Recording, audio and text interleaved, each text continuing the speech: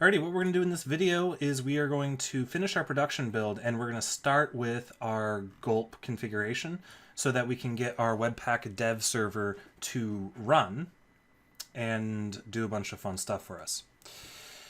So what I'm going to do is we'll do our production stuff first. So on the else statement of this if is debug means is debug is false, obviously, and that means we are wanting to perform a production build. So to do a production build, what we have to do is push some additional plugins onto our plugins array. So I'm going to say plugins.push, and I'm going to pass in 3 new plugins. I'm going to pass in new webpack.optimize.dedupe plugin, which deduplicates certain modules. If there are modules that have been added more than once, it'll deduplicate them, so our file sizes can be potentially smaller depending on how things were included. We will do a new extract text plugin, which will be we'll pass in name.css. So the extract text plugin needs 2 steps. The first step is we need to actually add the plugin to our plugins array. And we need to provide it with the template of what we want the CSS file to be named. In this case, name.css. Where does this name template come from? It comes from whatever entry point we're compiling. So if we're compiling the app entry point, name, in both the case of the file name here on line 52 and the name here on line 39, will be app. Then we're going to need the new webpack.optimize.uglify.js plugin. And on the uglify.js plugin, I am going to pass in an object that's going to be forwarded to uglify.js, and we're going to say compress, and then open up another object with warnings equal false. So we don't want to deal with warnings. Now, the reason we don't want to deal with warnings is kind of what I was talking about earlier, where when we set the process env and node env to production or to anything but development, things like React that have those if statements saying if this is development, then do this, otherwise do that. Well, what's going to happen is that will be dead code. It'll be removed by uglify.js, but by default, uglify.js will throw a warning saying, hey, this code has been removed. Well, we don't really care because that's just debug code that's being stripped out. So I'm disabling the warnings so that it becomes less annoying. All right, let's go ahead and finish our extract text plugin. So the second step to the extract text plugin is we have to tell it which loaders will be extracted. We have to say, okay, this loader, anything it generates is going to be extracted into another file, in this case, something name.css. And so we have to do this to the less loader, or sorry, the SASS loader and the CSS loader. So I'm going to say loaders, wow, it's not even close. Loaders.css.loader equals extract text plugin dot extract, and I'm going to pass in style and CSS. So what the extract text plugin dot extract method wants is it wants a list of loaders that it's going to then use. So we're replacing this loader right here, the string of style bang CSS. We're replacing that entirely with a new loader from the extract text plugin that will then defer first to the CSS loader, then to the style loader, then to the extract text plugin. And now we got to do the same thing for our SASS loader. So loaders.sass.loader equals extract text plugin dot extract. We're going to pass in style. Then for the second parameter, or argument, we're going to pass in CSS bang sass, because first we want to process it with sass, then we want to process it with the CSS loader, then we want to process it with the style loader. And that's it. That will create us a proper production build. Let's go ahead and take a look at how that would appear. So the first thing I'm going to do is remember, the isDebug on the create config for this module exports is dependent on the node env environment variable. So to test this, to test our production build, I have to come into the console window and say set node env equals production. And what that's going to do is only for the session of this console window, will anything that's ran in this console window will have the node env environment variable being set to production. So now I can rerun my Webpack build. And the Webpack build will take longer because it has to extract the CSS, it has to minify the JavaScript, and so on. Now let's look at the difference in sizes here. Before, with the development build, we had 10 kilobytes for our app.js. Now we have 103 bytes. We previously had 555 kilobytes for vendor. Now we have 71 kilobytes. And in addition, we no longer have the .map files. We are not generating source maps for our production builds. But we do have a new file having appeared called app.css. So let's go ahead and take a look at what that looks like on our file system. So if I come in here, we still have these map files because they weren't cleaned out. So I'll just delete them. So now we have these three files: app.css, which contains the CSS that's been minified; app.js, which just contains that, nothing more, because we don't really have anything in our... I can throw something into client.js. I can say like console log hello from the client, and then do a recompilation. I'm doing that off screen, but once the recompilation is done, you should believe me that it's properly compiling, because now we actually have some code. So now if I open up app.js, see that console.log hello from the client is now appearing, but most importantly, it's all minified. And then we also have the vendor.js, and this contains the minified copy of Lodash. And that's it. As far as production builds, that's all we got to worry about. All right, so before we move on to the development workflow, let's go ahead and build a Gulp task for creating a production build. So to do that, let's jump into our gulp file.babel.js.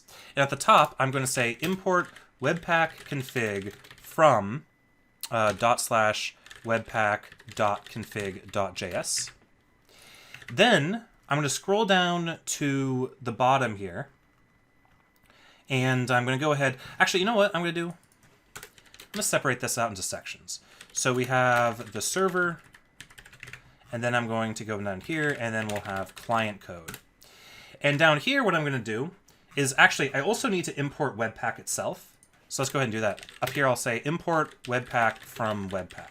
So we're actually going to be executing the Webpack compiler programmatically from within Gulp. So now I'm going to scroll down. And for the client, I'm going to define something that's not going to make a whole lot of sense first. I'm going to say const console stats, and I'm going to set it to an object. And I'm going to set colors true, exclude array of node modules, chunks false, assets false, timings true, modules false, hash false, version false. What this does is this controls the output of Webpack, this object. You see how Webpack is being outputted like this? Well, I want to control how that is rendered, and the stats object is kind of like a configuration for how the output of Webpack is rendered to the console. And so these are the options that I'm going to be passing into it. So now what I'm going to do is I'm going to say function build client, and build client is basically just going to build a client. The first thing it's going to do is, actually all it's going to do, first of all, it is going to take in a callback, so it is going to take in CB, because we're not using a Gulp stream. Instead, we are using just a straight up running the Webpack compiler from within Gulp, so we need to be able to inform Gulp when it's finished. And I'm going to invoke the function Webpack with the Webpack config, that object that we imported at the top. And then it's going to also take in a callback that has an error and stats.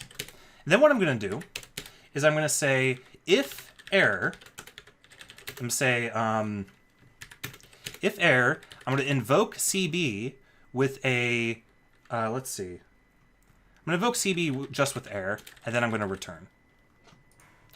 Otherwise, I'm going to say console log stats.toString, passing in our console stats object to configure it. Then I'm just going to simply invoke callback to notify Gulp that this task is done. So now that we've finished the task's guts, let's go ahead and register it with Gulp.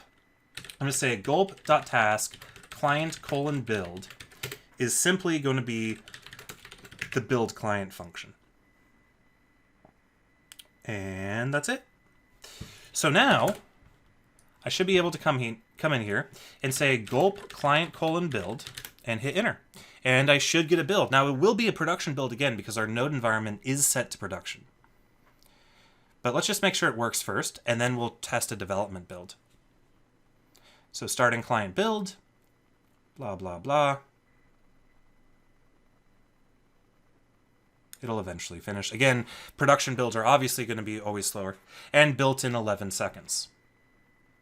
Then let's go ahead and set our node env to development, and then let's do gulp client build again. This should be faster. Starting client build, and it completed in 2 seconds. Now let's go ahead and introduce an error and see what happens when we have a problem. Let's introduce an ESLint error. I'm going to delete that semicolon, which remember I have an ESLint rule that requires the semicolon. And now let's rerun client build, and let's see what error we get. We get error in source client.js, error missing semicolon. So that's fantastic. We are getting proper error reporting and proper builds. I want to do one more thing in this video, and that is going to be testing our SASS loader and our file loader, because we haven't yet tested, we have tested the SASS loader. We haven't tested the file loader yet. So what I'm going to do is up here in client.scss, I'm going to include font awesome, because we're going to be using font awesome for all of our icons. So I'm going to say npm install -- save font -awesome. And that will include the entirety of font awesome into our node modules directory, and we'll be able to include it from our SASS file itself without any additional mucking about with the index template or adding a style tag or anything like that, any of that nonsense. We don't even have to worry about the copying over the font files. Webpack will take care of that all for us. So how do we include font awesome? It's actually a two-step process. In my client.scss, which is going to contain things like the body and HTML styles, the first thing I have to do is override a font awesome variable. I'm going to say fa-font-path is going to be tilde font-awesome/fonts. The reason we have to do this is because of the nature of how the SASS loader resolves file names and file paths. Because if we look at font awesome, remember, if you ever have a question about how a particular package works, don't feel too afraid to open up your actual node modules directory, track down the package, wherever he ran off to, track down the package, and look at its source. But inside of it, it has SCSS, and then inside of this, it has the core, which, as you see, well, hold on. There we go. It's in path.scss, obviously. It will include the font, it'll prepend all the variables with fa-font-path. And it's important that Webpack be able to actually physically track down these font files. And when it does, it'll actually copy these font files into our directory for us. Magically, it's awesome. But the default value of the fa font path is a relative path. And unfortunately, the way the SASS loader works is it doesn't understand relative paths in node modules. So as a result, we have to change the path to instead start with a tilde, which indicates to the SASS loader, or SASS-C rather, that we want to look in the node modules folder for this package and then grab that folder out of it. Now what we can do is we can simply import tilde font awesome. Remember, the tilde means look in the node modules folder, SCSS/font awesome. And there we go. And now let's see what happens when we do a build. So I'm going to npm I'm going to go ahead and gulp client build. We're going to wait a sec, and then we're going to see if font awesome did indeed get pulled into our public folder, our public build folder. So in public build, do a refresh, please. There we go. Sometimes you have to hit refresh. Public build, check that out. Actually, I'm going to delete the build, and I'm going to do a production build. Set node env equals production. It'll be a little bit more obvious when I show you this. I will pause the video while it's building. All right, and it's done. And inside of build, now we have these weird GUID looking things, followed by the proper extension, and we have the app.css. And if we look at the app.css, notice how it literally rewrote the path from the old path that was used in the source code. It found the file physically in the source of the Font Awesome package. It renamed the file, yanked it out, put it as next to our bundles, and then rewrote the actual path in the CSS itself. It's really cool. So as you see, we have minified CSS, and it contains all of Font Awesome stuff as well as our own custom styles. All right, so it looks like we are doing pretty good with our Webpack configuration. We have our, we don't have our development setup quite yet because our development setup is going to be a little bit more complicated, but we have our production setup and we can execute a client build from within Gulp, and that is awesome. And we have Font Awesome, which is also awesome. So with that, we will see you guys in the next video.